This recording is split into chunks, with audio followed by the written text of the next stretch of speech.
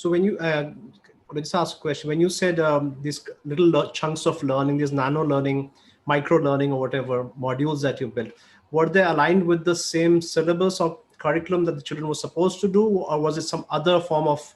Because we're talking about children at home should be not only learning curriculum. Maybe we should extend their learning to other things and which work best in this remote learning environment, because there are certain things which you couldn't do in school and now it works better. So was it something, or did you stick to the traditional curriculum there? So we stuck to the initial curriculum, but with the understanding we're not going to get it all. We're not going to cover it all. And so also you can't replicate, as I think we all know this, you can't replicate a daily schedule in a remote learning environment. Yeah. So I paired social studies and English, and I paired science and math, and I had them work on collaborative lessons that were cross-curricular. So it was more of a larger chunk as an assignment over a longer time. So it sort of reduced the work. We also looked at focusing on those 4 content areas and not worrying about our PE and art and music, and we have religion in those areas. Santiago, welcome. Good to have you as well. So how has been your last few months, especially when it comes to the children? What have they been going through, and how has the school really helped? Well, thank you guys for, first of all, having me. Sorry it was late, technical stuff and all that. I'm sure we use technology to the best of our advantage, but we know that the human factor is always going to be the most important part of it in any situation. Technology is just the accelerant to help support what the good things we're doing. Since March 13th, I think Brandon was saying as well too, is having to shut down automatically and having to just tell our kids, tell our parents, tell our staff members, hey, we're not going to be in school for some time. That alone can be shocking. And when you're in shock, it's hard to really understand what it's going to look like in the next week, next 2 weeks at that point. But we did have some teachers that were like, hey, we're going to start making some videos for our kids and start presenting the curriculum, which is, the ELA and the math in videos first. And there was a lot of teachers. There was probably 1 teacher per grade level that did that automatically. And other teachers kind of were rallying around them to get those things going and providing that further learning for our students. So there was a lot of review first in the first 2 weeks. And our amazing teachers and staff rallied again, with each other and moved forward with providing some enhancement in those areas, but not too much, because like you all know, is it's different talking in a video chat than it is having that one-on-one instruction with your class and helping guide them and supporting them and accommodating that for them in those environments. But yeah, I'm super proud of our staff. They moved forward quickly. I know it was stressful, but they took it upon themselves and smiled through the entire thing and just kept going at it, which is, you have to do. You're going to have 2 choices. You're going to either give up or give in, or you can move forward and do what, the best that you can. And I think that our school and our staff and even our district did the best that we could, and then we'll continue to move forward and do even better at that point. Yeah. Thank you. So I think, Santiago, one of the good things about video is when somebody is watching a video, they actually overlook some of the flaws which normally you feel that, and you feel, oh, I'm watching a person on TV. So the accolades that one gets when somebody sees a video of somebody, I think that really helps overcome that initial hesitation that a lot of teachers had, that how will I sound, how will I look, I don't look good, I mean, I don't sound good, what if I pronounce something, and what if I'm judged on everything that I've said. So it's not just they know their content, but it's just that these things were on top of all the stresses of COVID and their own family's safety and finances, maybe the husband's losing a job and some family member getting impacted. So I think it was just that fact about video, where people tend to look at you and, oh, he's got a video, he's made a video about it. That really pushes people. I think that really helped. I've noticed that. Did you see that as well? Yeah, and so as they move forward with the video stuff, they kind of perfected their craft. So they saw things like, hey, so I can teach this a little better. I can move forward this a little better. So So yeah, it was a little bit stressful at first, but I think as they got into the routine of doing those videos, they became more comfortable with the content and how to present it, and just because each time they did the videos, they kept moving forward, and adding to it, and just saying, you know what, it's more about connecting with the kid than it is about Mm. me, the way I'm looking on video and stuff like that. So Yeah. So, Charles, since we have a lot of parents, and I can see the messages from them on different on Facebook and good evenings and everybody. So, what's your and that this is a question I'm going to ask all four of you, because parents are saying, okay, this is where I am. I have my financial stresses because the economy is going down, businesses, jobs, salaries getting cut. I have my children who are at home. So, and 'cause we all discussed about you talked a lot about that it's not okay for children. We assume that kids are okay, they are digital natives, and it's okay, they're chilling out at home. No, it's not. They can't. Some of them can't understand, especially younger ones, why they can't go to school or go to the playgrounds. I'm hearing stories of some kids are going around the house with fly squatters and trying to looking for a corona virus and try to kill it. So it's like, where is the corona? Do I see a corona somewhere? So I mean, it's really stressful because now suddenly the parent is in the center of this whole universe, right? So because you need to, whatever you're doing for the children has to be via the parents, or do you think the schools and the so where, as a parent, where do I stand, and where can I look for help? Who should be helped? Is it the schools, or is it be somebody else? I mean, I'm totally, as a parent, I'm in a new role. I was never prepared for this. I was never trained for this. I used to come home from office at 7 o'clock, play with my kids for an hour or something, then watch TV and then go to sleep. Suddenly now I'm a 24/7 parent, right? Now, as a parent, what advice would you give to parents? And that's my question for all of you. So let's start with you, Charles. Yeah, absolutely. And it's funny that you mentioned the fly swatter thing. I saw something the other day where a kid asked their parent, did you have to stay in for Coronas 1 through 18? And it was like, but I think it's interesting as a parent. I was fortunate. One, my youngest daughters, my wife and I, we have 5. My youngest are in high school, and so when they're in high school, they're pretty independent. But the one thing I think that was important is that reach out to the schools, right? I think now more than ever, there definitely needs to be that homeschool connection. And so whatever the hesitancy may have been in the past, whatever reasons maybe parents didn't do that, it definitely needs to exist now. I know that I actually just had a session on one of my podcasts about this, the idea of the absent parent. And I think that so often parents kind of relied on schools, right? They trusted us. They knew what we were doing. You do what you need to do. I'm going to do what I need to do for my families. And at the end, everything will work out. But as we've mentioned, the world isn't working that way anymore. Now I'm at home with my kids. And so it's very important that schools and parents are connecting. So I know, for example, I opened up weekly and met with my parents and just asked, what is it that you need help with? Right? Is it connecting to these online platforms? Is it the instruction? Is it, where is it that you need help? And they also asked them for that guidance as well, because I think every situation is going to be unique. But that's critical. There needs to be that communication between home and schools, and parents just, ask. I think that's the biggest thing, to say, hey, I'm struggling here. How can I support you? How can you support me? How can we do this thing together? Because the truth is we're all in this brand new environment, and teachers are trying to figure it out. We're doing our best. And what I know with my littles, and this is the thing that I loved the most, is that I had kindergarteners and first graders trying to do remote learning. And so you can imagine, right? I'm 5, 6 years old. I have no idea what's happening. And so many times when I would pop into my teachers' online classrooms, I would see the parents sitting there with their kids, right? Maybe I have no idea.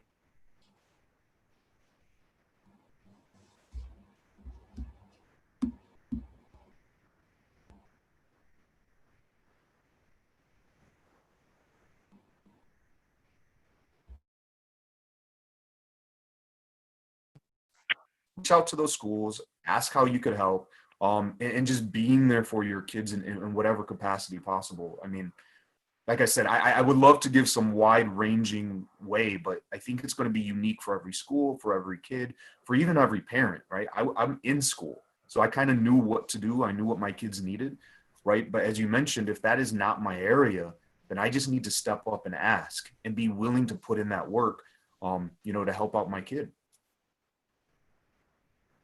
Um, Asal, what's your take on this? And what should parents do right now as a parent? What's your recommendation for parents? I mean, Charles has been saying that, you should reach out to schools. And of course, schools, I'm sure, are trying to reach out to families, but there's always been that hesitation of whose responsibility is it to educate the child. And certain section of parents always feel that I've outsourced my parenting to the school. So is there a change as a parent today? Now, what do I do? Um, it takes a village to raise a child, and it's everyone doing their part. You know, like he mentioned earlier, as far as that communication piece is very, very important. But we have to listen to them, and like we were talking earlier, that our parents, they were letting us know, hey, you know what, my son has 7, 8 teachers, and everyone's using a different platform, and it's using up all my data. So that's something that we picked up right away, and that's one thing that we're going to make sure that we take care of for this coming school year, and that is going to be one platform for everyone. So that way, if any parent has multiple children, everyone is just, parents only have to learn one platform as well. The other thing that we did at our school district was that we on our website, we put a technical help for parents. So if they needed any technical issues with their laptops or whatever the case might be, desktops, our own instructional technologist people would go online and try to resolve those issues. So definitely, I do have that recommendation that school districts provide that technical help. That way, if any parent, we don't want for that to be a reason for the kid not to be connecting to with our teachers. So definitely, that's one good advice I have for school districts.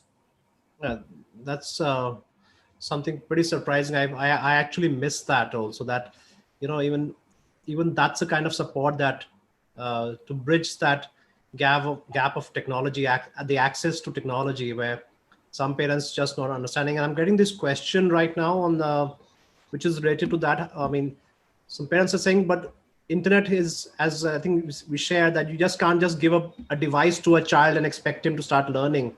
He's going to go somewhere else, right? So this question has come from Ms. Rangoli Mukherjee on Facebook. She's asked, how do we protect children from these distractions? Is there a way to scaffolding, what she's asking for? Because because kids are smarter than the parents right now when it comes to tech, right? And smarter than the teachers. So how should parents, that's one of the biggest fears of giving a device to a child. I mean, you hear the blue whale episode and all those things. So is that a concern, and how can parents deal with that? Anybody would like to answer that? So Mo, I know that I just spoke, but I was going to say, and I don't know if any of my colleagues on here have this thing called Bloxy. But it's something that we use, that we could, from the school, we can monitor every single student's device in real time. So on top of our firewalls, because we issue devices out to our students to make sure that they're not going to certain places. But like you said, they're very savvy and they know how to get around things. They'll figure it out. But Bloxy allowed us to monitor their computers in real time to say, hey, wait, you're somewhere where you shouldn't be, and we could actually remotely control that. And so our IT guy found that for us, and he helped us out with that. But there are ways for schools to do that, right? I think as parents, right, outside of sitting on top of your kids, monitoring them 24/7, there's no way, right? But again, that's where that connection comes in. But I know from the school, there's ways that schools can help monitor that and help reduce the distractions. Okay. I'm going to say that we, in our district, we use GoGuardian. Sorry, Brandon, jump in. We use Go Guardian from our school district. So each teacher has an individual Go Guardian to supervise within their classrooms for devices. And then as a district, each site in the district level monitors that as well too. So when we look at also little kids with devices, it's sitting down with them for a block of time, not just saying, hey, here's the device, go ahead and use it, but you together having them show you as a parent, like how to maneuver certain things, because I think we can learn a lot from kids and them showing you, well, how'd you get there? Well, where are you going with that kind of thing? So you can see how they're navigating the devices and how they're getting to those things. So that way, when they get to a certain point, you're like, okay, so I know how they got there.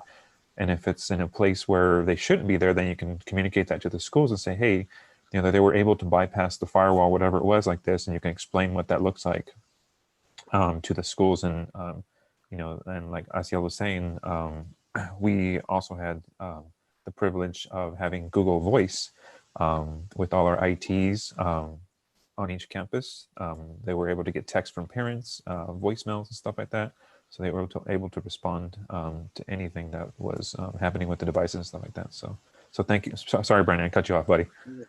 Yeah. So one of the things that I wanted to comment on was, so in many of these cases we're talking about technology that's sort of united among a district or a group. But one of the things I think that would be a really good idea when my children were much younger, we put on the refrigerator, brush your teeth, do this, and you just move it once it's complete. So as a teacher, I asked for the younger grades to say, provide them with the 6 things they have to accomplish today. What are those 6 things? And if the teachers couldn't do it, I also encouraged parents to do the exact same thing. Look at what's supposed to be done today, list out those 6 things. Once that child completes it, they show their parent, they check it off. So that gets their focus on saying, okay, I have to accomplish page 35 of this workbook. And then they work on it, they bring it, they show their mom or dad, they check it off, and that's how it works. So I think that that's one way to keep the child focused on the exact assignment. That way, then they do accomplish their work. That's the goal, right? The goal is to for the kids to learn, to complete the work, and to have some academic time. If they get those things done, then that goal has been accomplished. And it doesn't matter if they go off and do something different then. I think we got a message from Debbie Ferguson who said our school uses Go Guardian for the same thing. So I think that a lot of schools are doing that. But in India, the thing is that we don't have except for the older children who are in grade maybe 9th onwards, where children are given dedicated maybe laptops. But the other majority of kids, the younger kids, basically use their parents' phones. So how would you, so there was a case of about last week, a news where a child, he used up his parents' lifelong savings on purchasing on PUBG, the video game. And it was, I'll have to, it was 160,000 Indian rupees. So so it was, and the parents had a medical problem and it was saving for their medical expenses.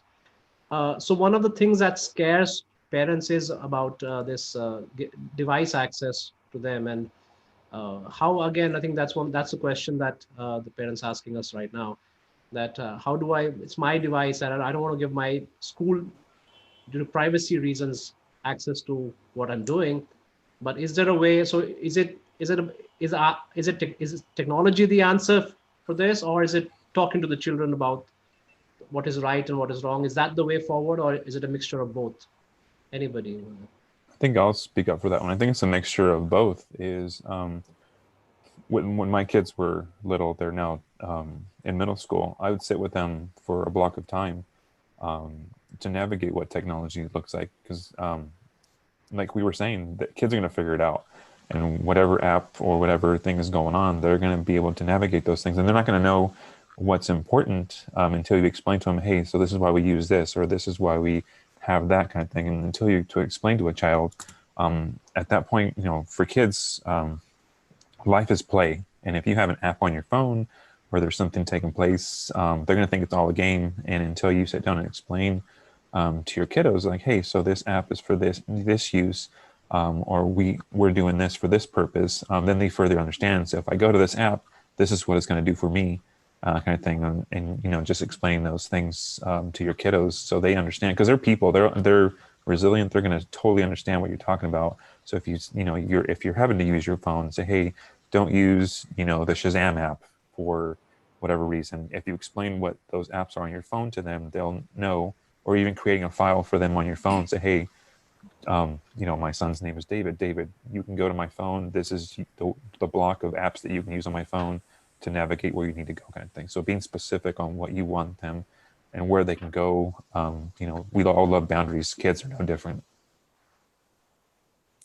Just to follow up on that, a while back, I read this analogy, and that is that when kids are small, when we buy when we purchase their first bike, we get them some training wheels, we get them a helmet, we get them some elbow pads, some knee pads, and so on.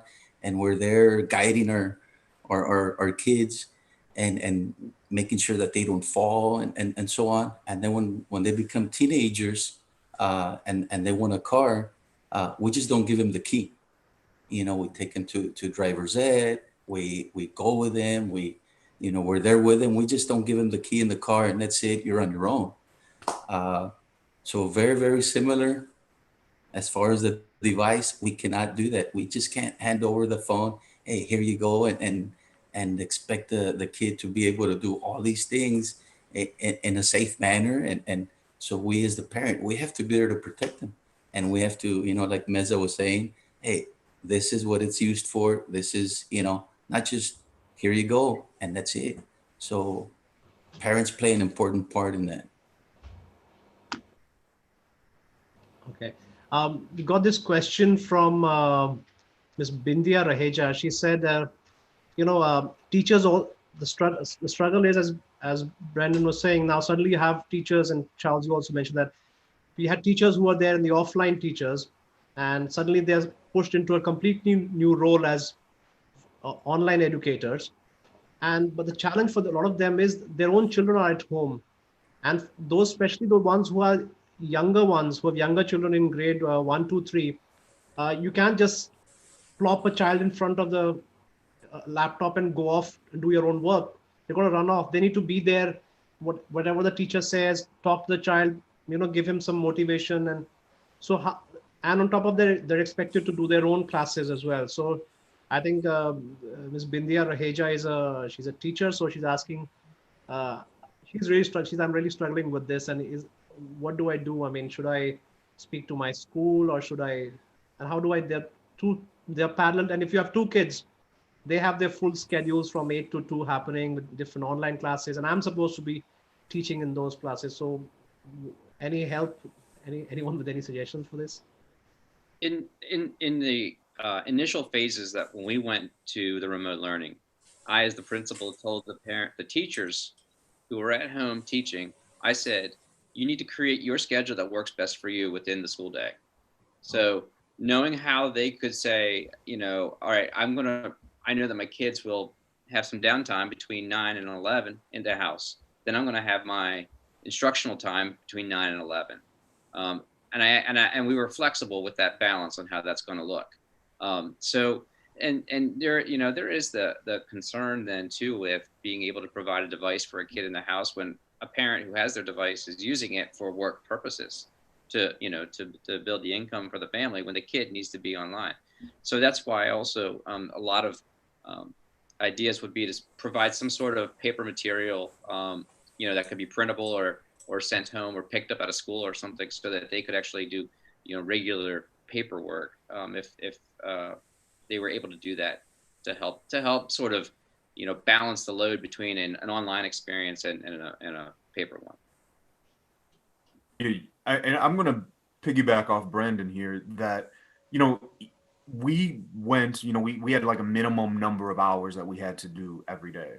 But one of the things that I stress to my families, to my teachers, is that does not mean that as a child, I have to sit in front of a computer for 6-7 hours a day, right? Instructional or academic time could be whether I'm working on a handout that my teacher has given me, whether I'm working on this project, whether I'm doing this thing over here. It doesn't mean that I have to sit in front of a computer for that entire time. And in reality, by no means should it, right? And so I think that this is a question that's bigger than just teachers. I think that as administrators, as districts, we need to be able to create that flexibility, that we cannot just take school of what it used to be and try to recreate it in a virtual space, right? That's the whole purpose of us being online, is to provide that flexibility.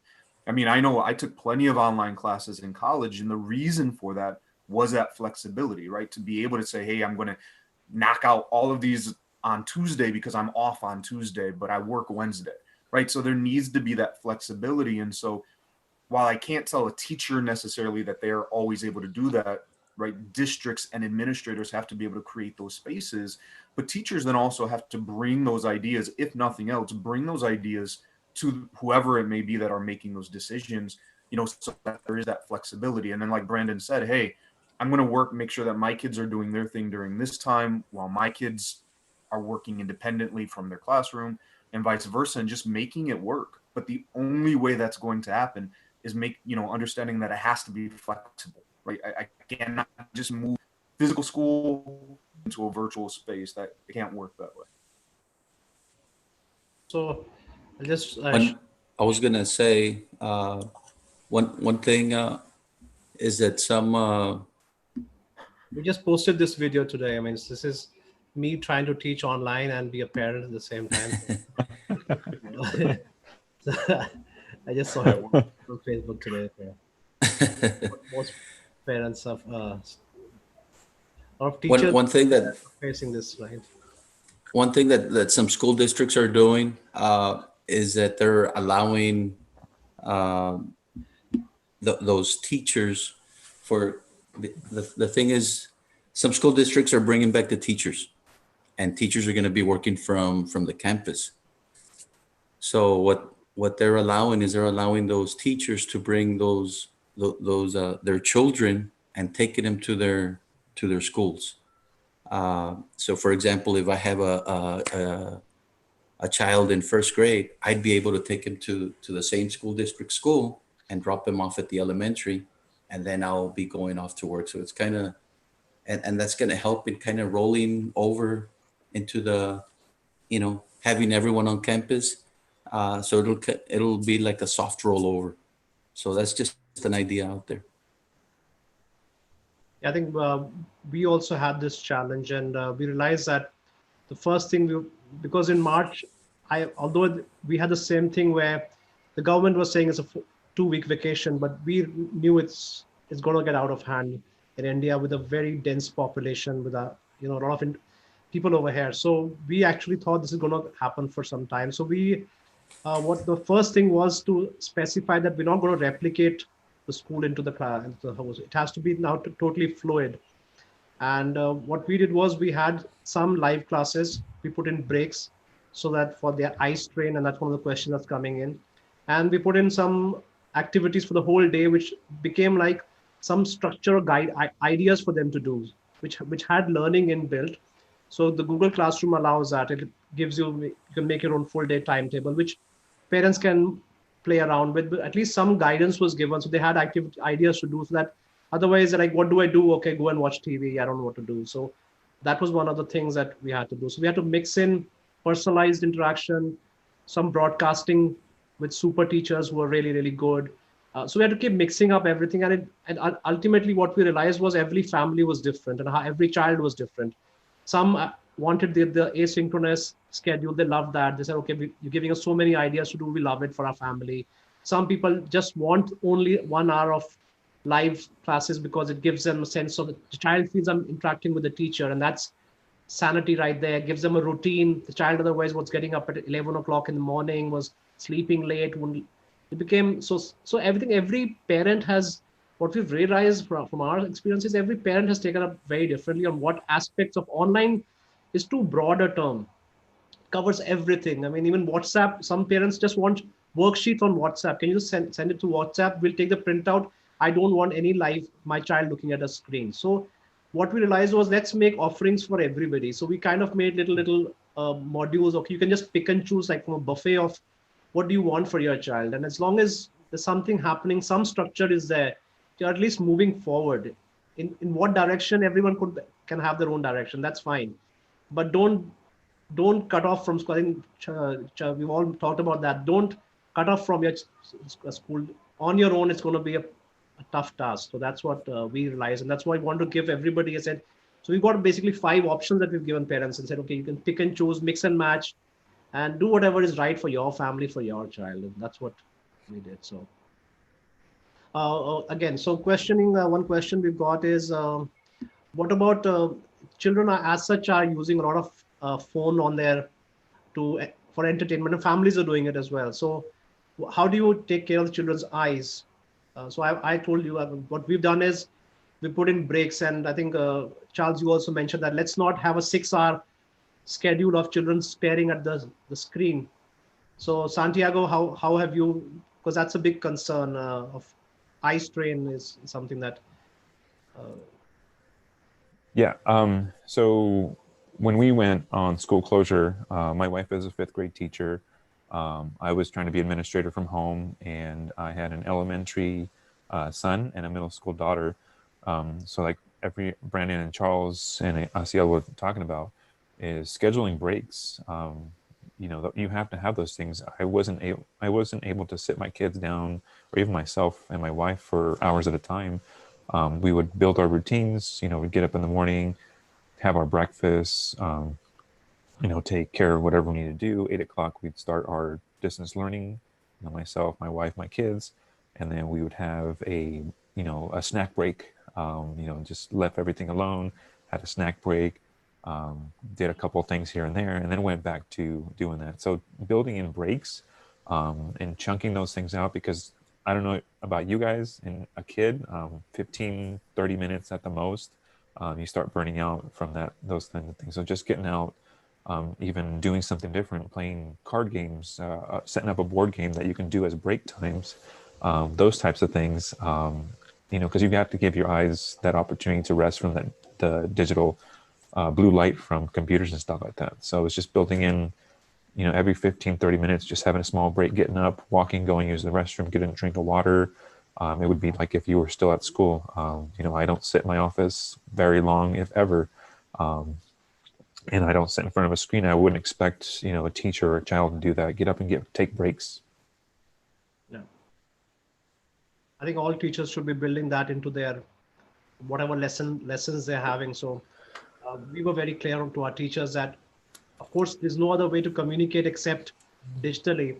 But that doesn't mean you expect the child to keep looking at you. Tell them what to do, and then let them look elsewhere.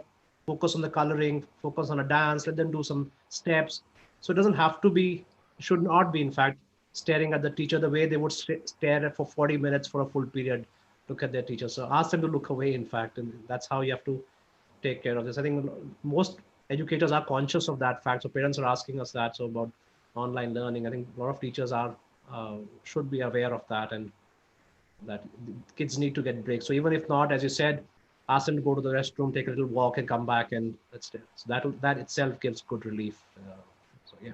And even some of our teachers, and they were incorporating, say, outside assignments.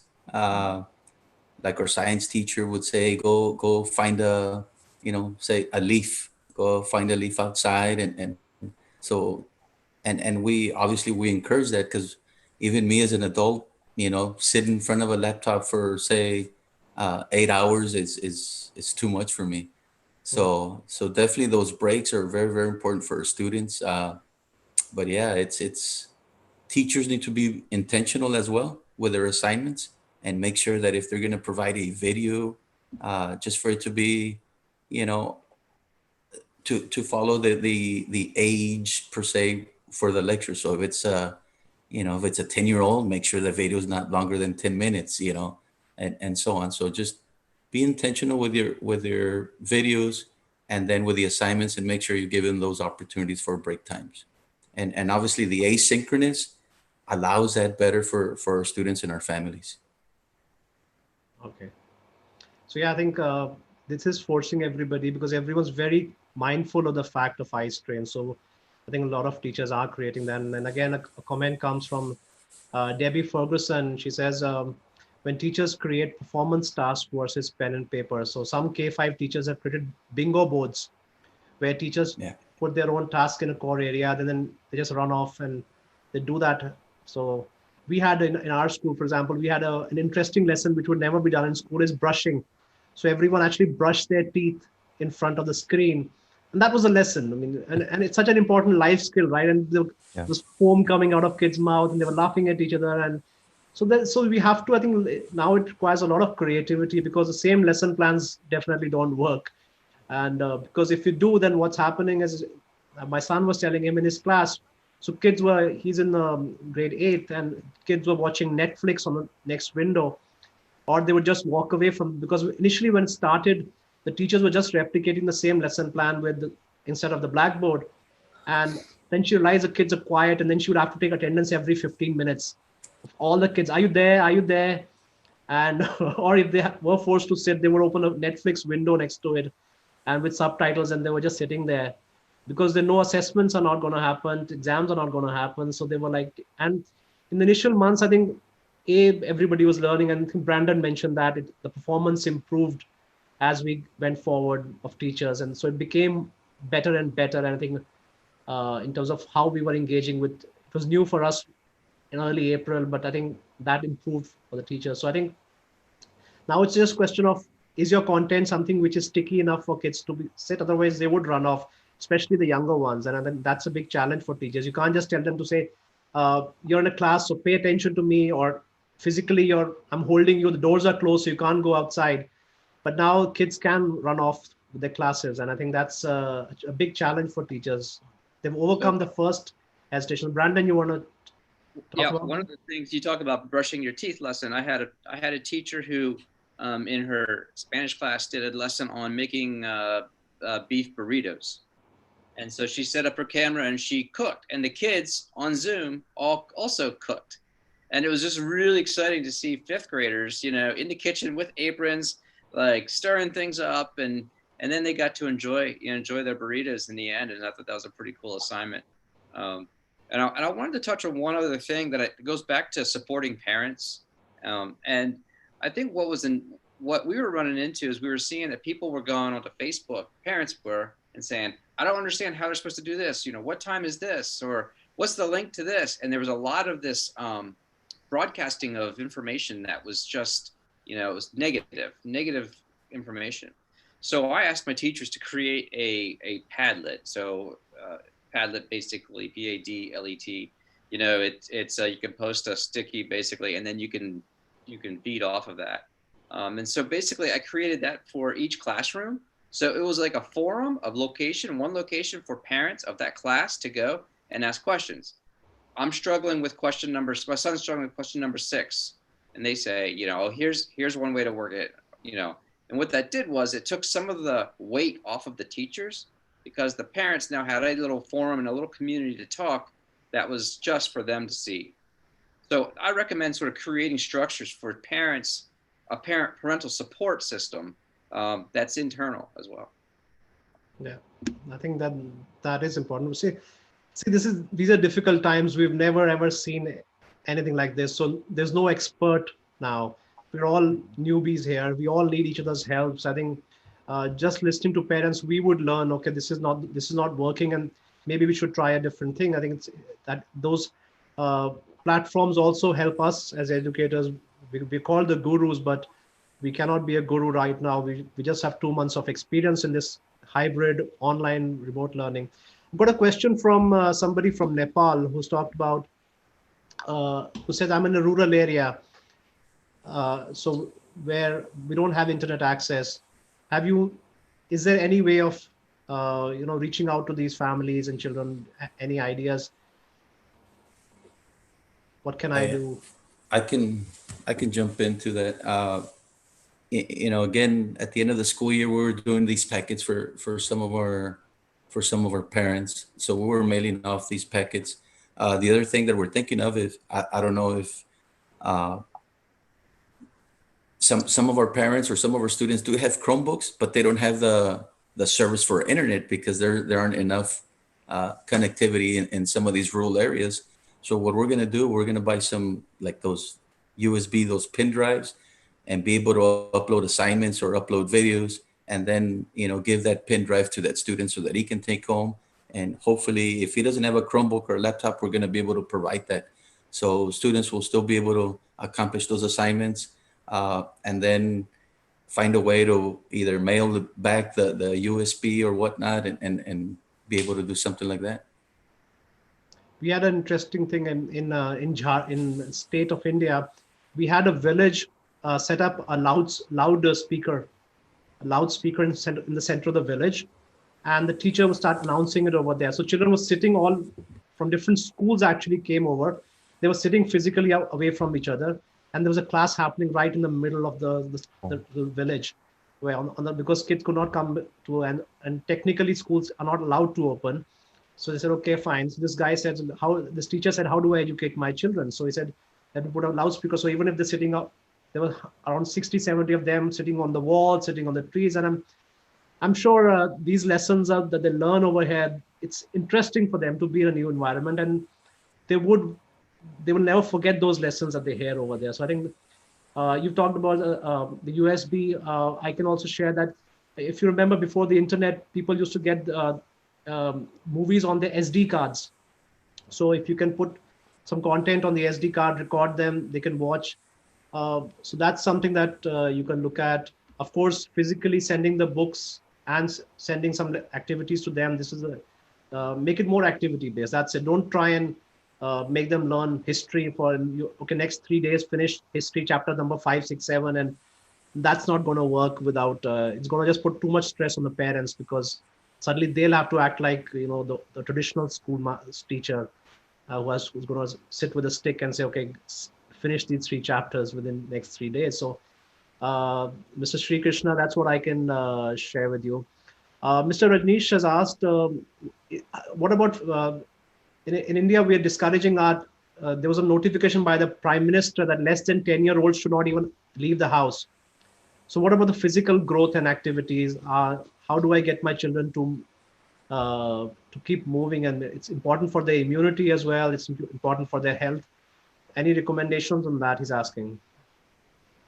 I'll jump in on that one if you guys don't mind. So I would recommend making up games.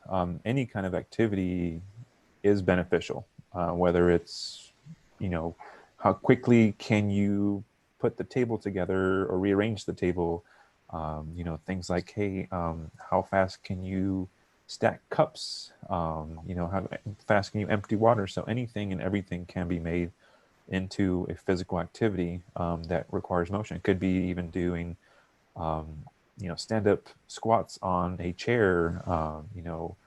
There's different, you can make anything into a fun activity. It's just depending on how much creativity you want to put into it. So there doesn't have to require any physical curriculum to do something. Everything you do, whether it's a small task of rearranging chairs at a table, answering the door, how fast can you open the door, kind of thing. All those types of things can be made into physical activities. Yeah, I was going to say that my teachers use, I think it's called Go Noodle. And it's a variety of music and dance things. And so, during movement breaks, the kids would be up and dancing around, right? Which even if you want to turn into TikTok, right? Because they have all their little weird moves and things like that. But it's just a way to be moving. Like I said, a lot of my kids couldn't even leave their apartments. So those were things that they were able to do inside, right? Not necessarily going for walks and riding bikes, but things that they could do inside. And I loved that, Santiago, about those challenges, because if anything, kids love challenges, right? And so as parents, if you want to be smart, right, turn chores into those, right? Like how quickly can we mop the floor or something like that? And you're like, 2 birds with 1 stone. But yeah, I like that. Yeah, but they'll see through it pretty quickly, right? This guy's getting me to mop the floor. And yeah, that's why you got to mix it up, Yeah. And that's what Brandon also said about that checklist on the refrigerator. Maybe add on some activities there which involve a physical activity. I think we did that. I'll also share that. So in a full day program that we made for children, which was like a guideline, which had videos, which had activities. So I think schools should be helping parents with ideas. So you can't expect parents to all of a sudden come up with these ideas. And that's where the role of schools are, where they can do this for one, and then everybody else can take this. So it's like we're already used to doing this kind of work in curriculum development, finding out what's new happening for children. So I think schools should be doing that and giving them ideas for not necessarily learning the curriculum, but holistic development of the child. I know it's a very cliched word of holistic development, but it, responsibility is to give ideas to parents and give them, so can try this, try this, try this. And that's what has worked for us in terms of for physical development. So we have to, so when we make the full day curriculum, we make it from 9 a.m. to 9 p.m.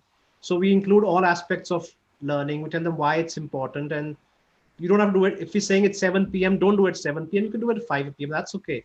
But at least here are some ideas for you. So I think that's the role of schools to do that. And of course, teachers, parents should be thinking themselves, what daily things can I create into learning opportunities, and but again, sometimes parents also run out of ideas, and that's, I think, where the role of school should be to give them those little modules. So And again, what might work for, say, Meza or Charles or Brandon might not work for me. And that's one thing that parents need to understand, that, there is no perfect plan. There is no perfect system. As far as school districts, principals, teachers, we're trying to do our very best for our students. And so, just mixing it up and having these conversations helps a lot. Like, I'm learning a lot right now. So having conversations with teachers, with school personnel, and other parents as well. Some other parents might have some great ideas that are out there that I might not know. And so definitely connecting with each other is very, very important. So that's what I have to say about that. I think that's why it's not about IT, it's about ICT, right? The C part sometimes is a more important part, the communication which comes inside ICT, than the IT, which is the hardware part. I think if we all learn and use this for better communication, I think that's very, very well appreciated. Very nice. Thank you so much. I think we've overshot by about 8 minutes. We want to finish in 1 hour's time. Thank you so much, everybody. I think I'm getting some fabulous responses, and I can see normally sometimes happens with webinars, people start dropping out, but this is, we've got their attention full out and so many questions, and I think we've answered that. So great. I think thank you so much, Brandon, Charles, Asael, and Santiago, for sparing time this morning. It's evening over here. To be with the parents and kids. I think we had people from not only India, from outside, and I believe you've done a great service to, and as Asael, you said, this has been an amazing learning experience, I think, for all of us. So thank you so much for sparing your time. Appreciated, and some. It was an absolute fabulous webinar, and I can see the comments coming in on YouTube and Facebook. So great job, everybody. Yeah, I'm going to say these are some amazing leaders, and I appreciate each and every one of you and what you do for your families, you do for the public, you do for your schools, and you just do for the human race. So I appreciate you guys. Thanks, guys. Thank you, Meza. And just one last comment I want to say is, please do not forget about your staff members. Our teachers are they're people.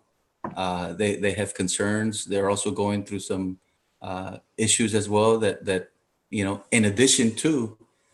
So please don't forget, and always remember your teachers and your staff. Thank you. That's a really good ending, because ultimately they're the people who make the whole school education system works. We as leaders are all looking at them, and they're going to be the key if our families are able to pull this off together. And Charles started off this session with this discussion of communities. I think it's all going to be, if we can build them around the teachers and the bridges that we have, which need to be built even stronger than now. So let's build better bridges between parents and schools, school leaders, and I think we should be able to overcome this, and then hopefully have a better world ahead. So thank you so much, everybody. Thank you so much for attending. Bye-bye. Guys, bye. Thank you.